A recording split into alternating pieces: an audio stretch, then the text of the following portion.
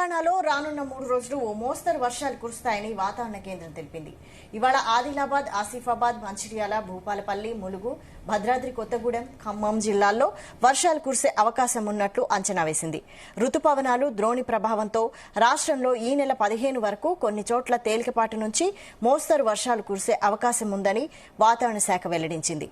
నిన్న ఆసిఫాబాద్, ఆదిలాబాద్, మంచిర్యాల జిల్లాల్లో మోస్తరు వర్షాలు కురిసినట్టు తెలిపింది. ఆసిఫాబాద్ జిల్లా పెంచికల్పేటలో అత్యధికంగా 6.44 సెంటీమీటర్ల వర్షం కురిసింది. కాగా తెలంగాణలో నైరుతి రుతుపవనాల వల్ల ఆశించిన స్థాయిలో వర్షాలు పడడం లేదంటోంది వాతావరణ శాఖ. అతి భారీ వర్షాలకు ప్రస్తుతం వాతావరణ పరిస్థితులు అనుకూలంగా లేవంటోంది. వచ్చే నెల 2వ వారం వరకు భారీ వర్షాలు పడే సూచనలు కనిపించడం లేదంటోంది.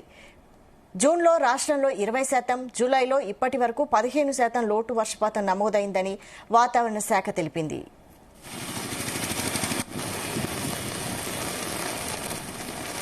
ఇదే అంశంపై మరిన్ని డీటెయిల్స్ మా ప్రతినిధి రాజు పటేల్ అందిస్తారు. రాజు పటేల్.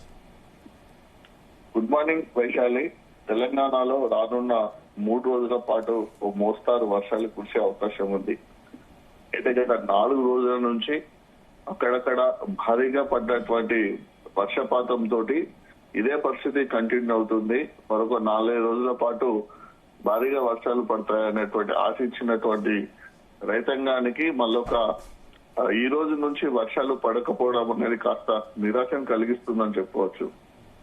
ఎందుకంటే చాలా జిల్లాల్లో, ముఖ్యంగా ఉత్తర తెలంగాణ జిల్లాలు అయినటువంటి ఆదిలాబాద్, నిర్మల్, మంచిర్యాల, కుమ్రభీం, ఆసిఫాబాద్ జిల్లా, నిజామాబాద్, కామారెడ్డి, జగిత్యాల, పెద్దపల్లి, సిరిసిల్ల, ములుగు, భూపాలపల్లి జిల్లా, జయశంకర్ భూపాలపల్లి జిల్లా, ములుగు, మహబాద్ ఈ జిల్లాలో కూడా ఎక్కువ శాతం వర్షపాతం నమోదైంది. గత 2-3 రోజుల నుంచి చాలా చోట్ల కూడా భారీగా వర్షం పడడంతో ఈ జిల్లా పరిధిలో ఉన్నటువంటి చెరువులోకి కొత్త నీరు వచ్చి చేరింది. వాగులు కూడా ఎక్కువగా ప్రవహించాయి. ఇక ఉమ్మడి ఆదిలాబాద్ జిల్లాలో కురిసినటువంటి వర్షంతో, ఎక్కువ మహారాష్ట్రలో కురిసినటువంటి వర్షంతో నిర్మల్ జిల్లా ఉన్నటువంటి కడెం ప్రాజెక్టు కూడా వాటర్ ఎక్కువ వచ్చింది. నిన్న ఒక గేటును తెరిచి కూడా నీటిని రిలీజ్ చేయడం జరిగింది. అటు ప్రాణహిత, పెనుగంగా నదుల యొక్క ప్రవాహం చాలా ఉధృతంగా ఉండడంతో కాళేశ్వరం వద్ద గోదావరి నది కూడా ఉరకలు వేస్తుంది. సో అంటే ఈ ఏరియా ఉత్తర తెలంగాణ జిల్లాకు వచ్చేసి మాత్రము చాలా వర్షం నమోదైంది. దీంతో ఈ ప్రాంత రైతాంగం ఎంతో హ్యాపీగా ఉంది. దాంతోపాటు ఇవాళ నుంచి మరొక 3 రోజుల పాటు ఈ జిల్లాల పరిధిలోనే ఉమ్మడి ఆదిలాబాద్ జిల్లాలోని ఆసిఫాబాద్, మంచిర్యాల, భూపాలపల్లి, ములుగు, దాంతోపాటు భద్రాద్రి కొత్తగూడెం, ఖమ్మం జిల్లాలో కూడా వర్షాలు కురిసే అవకాశం ఉందని కూడా వాతావరణ శాఖ తెలిపింది. ఋతుపవనాలు ఒకవైపు, ద్రోణి ప్రభావం మరొక వైపు తోటి ఈ రెండు ఇటు ఎఫెక్ట్ వలన ఈ నెల 15 వరకు తేలికపాటి నుంచి ఒక మోస్తారు వర్షాలు కురిసే అవకాశం ఉంది. కానీ ఆసిఫాబాద్, ఆదిలాబాద్, మంచిర్యాల జిల్లాలో కాస్త ఎక్కువగా వర్షపాతం నమోదైంది. ఆసిఫాబాద్ జిల్లా పెంచికల్పేటలో రాష్ట్రంలోనే అత్యధికంగా 6.44 సెంటీమీటర్ల వర్షం కురిసింది. దీంతో అక్కడ ఉన్నటువంటి పెనుగంగ నది కూడా, ప్రాణహిత నది ప్రవాహం కూడా చాలా ఎక్కువగా ఉంది. ఇలా వర్షాలు కురుస్తున్నటువంటి సిచ్యువేషన్ లో మరింత వర్షపాతం నమోదైందని కూడా అటు ప్రజలు భావించినటువంటి నేపథ్యంలో ఆశించిన స్థాయిలో నైరుతి ఋతుపవనాల యొక్క కదలిక కూడా స్పీడ్ గా లేకపోవడం వల్ల ఎక్కువగా వర్షపాతం నమోదు కావడం లేదు. వర్షం పడుతుంది, కానీ ఆ వర్షం పడుతున్న వర్షము భారీ వర్షానికి, కుండపోత వర్షానికి దారితీయడం లేదు. సో ఆ పరిస్థితులలో జూన్ లోనే మనకు చాలా లోటు వర్షపాతం నమోదైంది. జూన్ లో 20% లోటు వర్షపాతం నమోదు చేస్తే జూలైలో ఇప్పటి వరకు మనకు 15% లోటు వర్షపాతం నమోదైంది. అంటే ఈ లోటు వర్షపాతం కనుక చూసుకుంటే చాలా వ్యవసాయ రంగం మీద చాలా ఎఫెక్ట్ గా ఉండే అవకాశం ఉంది. సాగునీరు అందని పరిస్థితి ఉంది. ఒకవైపు అటు ప్రభుత్వం కానీ ఇటు ప్రతిపక్ష పార్టీలు కూడా ఇప్పటికే వర్షాలు పడడం లేదు, మీరు కాళేశ్వరం ప్రాజెక్టుకు సంబంధించినట్టు వాటర్ను కూడా ఉపయోగించుకోవడం లేదని కూడా ప్రతి విమర్శలు చేస్తున్నటువంటి పరిస్థితి.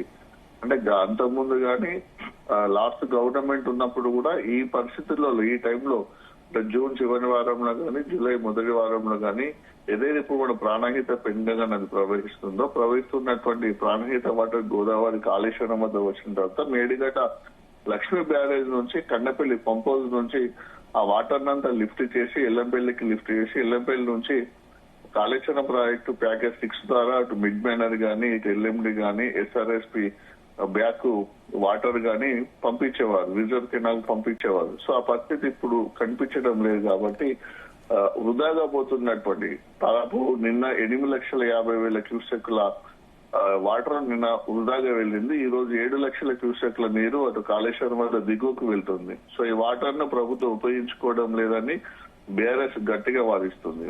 సో ఇలాంటి సిచ్యువేషన్లలో వర్షపాతం నమోదు కాకపోవడము ఒకవైపు కారణము ఉన్న నేపథ్యంలో అటు రైతాంగం ఆందోళన చెందుతున్నారు. ఉత్తర తెలంగాణ జిల్లాలో కాస్త పర్వాలేదు కానీ ఇక దక్షిణ తెలంగాణ జిల్లాకు వచ్చేసి మాత్రము పత్తి విత్తనాలు ఆల్రెడీ ఎండిపోయేటువంటి దశకు ఉన్నాయి. వాటిని కాపాడుకోవడానికి రైతాంగం చాలా శ్రమిస్తున్నారు.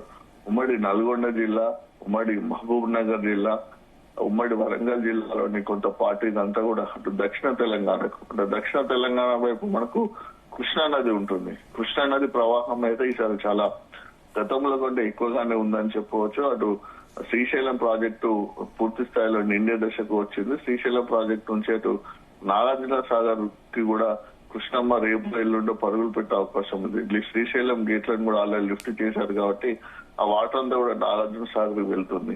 సో నాగార్జున సాగర్ కి వెళ్లేటువంటి వాటర్ తోటి కొంతమేర నల్గొండ జిల్లా కానీ అటు ఖమ్మం జిల్లా కానీ వాటర్ ఉపయోగపడే అవకాశం ఉంది. కానీ పూర్తి స్థాయిలో ఆయకట్టు సాగులోకి రావాలన్నా, సాగునీరు అందాలన్నా కూడా ఎట్టి పరిస్థితుల్లో కూడా భారీగా వర్షపాతమే నమోదు కావాల్సిన అవసరం ఉంది.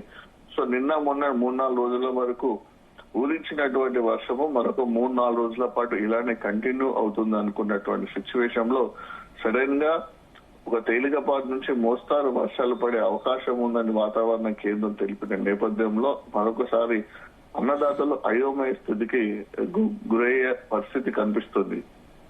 ఎందుకంటే కురిసినటువంటి వర్షాలతోటి ఇటు మనకు ఆసిఫాబాద్, కుమరంభీం జిల్లాలోని పెంచకల్పేట, బెజ్జూరు, దాంతోపాటు వేమనపల్లి, కోటపల్లి, నీల్వాయి, చెన్నూరు ఈ ప్రాంత ఆల్రెడీ బ్యాక్ వాటర్ వచ్చేసింది. ప్రాణహిత అనే వాటర్ తోటి బ్యాక్ వాటర్ వచ్చి దాదాపు 400 నుంచి 500 ఎకరాల్లో పత్తి పంట నీట మునిగిపోయింది. అంటే ఇక్కడ భారీగా వర్షం నమోదైంది, ఎక్కువగా వర్షం నమోదైంది కాబట్టి ఎఫెక్ట్ కనిపించింది.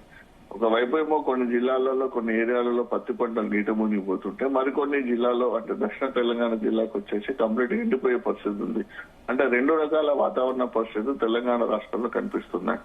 హైదరాబాద్ లో మాత్రం ఎప్పుడు కూర్చున్నా కూడా భారీగా కుండపోద వర్షం కురుస్తుంది, రోడ్లను జలమయం అయిపోతున్నాయి. సో ఇలాంటి పరిస్థితుల్లో విభిన్నటువంటి వాతావరణ పరిస్థితులు తెలంగాణ రాష్ట్రంలో వర్షాకాలంలో కనిపిస్తున్నటువంటి నేపథ్యంలో ప్రజలు కూడా ఆందోళనకు అయోమయానికి గురవుతున్నారు. ముఖ్యంగా భారీగా వర్షాలు పడాల్సిన అవసరం చాలా ఉంది, చాలా ఆవశ్యకత ఉందని కూడా అన్నదాతలు అంటున్నారు.